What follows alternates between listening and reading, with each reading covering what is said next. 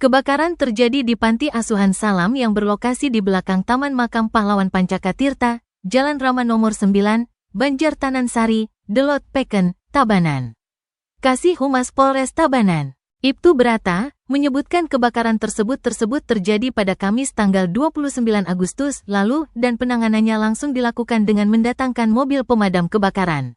Sementara itu, saksi sekaligus pengelola panti, Gusti Ayu Sudarmini, menyebutkan kebakaran tersebut disebutkan Ibtu Brata, menghanguskan 4 kamar pria yang masing-masing berukuran 3 x 2 meter. Kebakaran ini diduga disebabkan oleh korsleting listrik yang terjadi di salah satu kamar, yaitu kamar nomor 3. Kebakaran pertama kali diketahui oleh orang-orang di sekitar lokasi kejadian yang melihat asap tebal keluar dari kamar tersebut. Beruntung, saat kebakaran terjadi, seluruh penghuni panti, yang terdiri dari anak-anak sekolah SD, SMP, SMA, dan mahasiswa, sedang berada di sekolah dan kampus masing-masing. Sehingga tidak ada korban jiwa maupun luka, total ada 11 anak yang tinggal di kamar.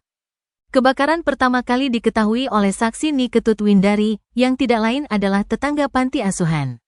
Saksi Windari pertama kali melihat ada asap mengepul dari arah panti asuhan.